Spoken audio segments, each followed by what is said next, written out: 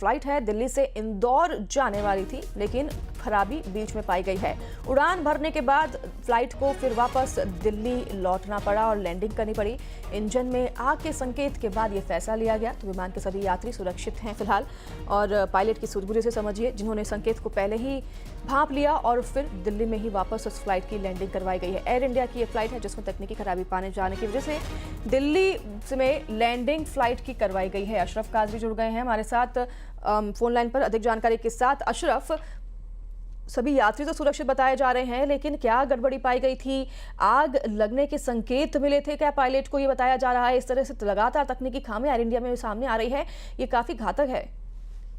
हाँ बिल्कुल, देखिए एयर इंडिया के जो जहाज हैं उनमें इस तरह की खामियां लगातार आ रही हैं। अहमदाबाद में जो एयर प्लेन क्रैश हुआ था उसके बाद से तो एयर इंडिया ने अपने काफी विमानों की जांच भी की, उन पर रख रखाव पर खास ध्यान दिया गया, और इसके बावजूद इस तरह की घटनाएं सामने आ रहे हैं। आज भी एयर इंडिया की फ्लाइट दिल्ली से इंदौर के लिए उड़ान भरी थी, लेकिन बीच रास्ते में से वापस लौटना पड़ा। जो क्रू है उसे इंजन में आग के संकेत मिले थे। इसके बाद ये पायलट ने फैसला लिया कि फ्लाइट को सुरक्षित दिल्ली उतारा जाए, और सुरक्षित उसे उतार भी लिया गया।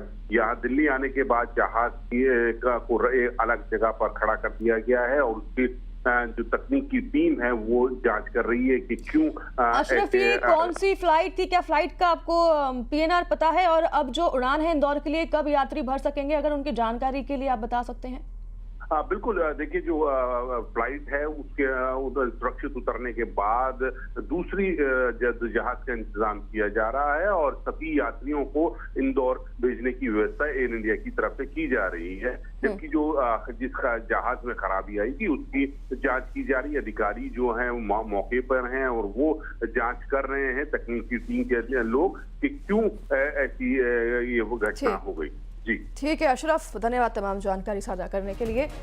तो ये एयर इंडिया की फ्लाइट जो कि दिल्ली से इंदौर उड़ान भर रही थी, तकनीकी खराबी की वजह से दिल्ली में वापस लैंडिंग इस फ्लाइट की करनी पड़ी। अगली फ्लाइट जल्द ही अब यात्रियों के लिए अरेंज की जाएगी।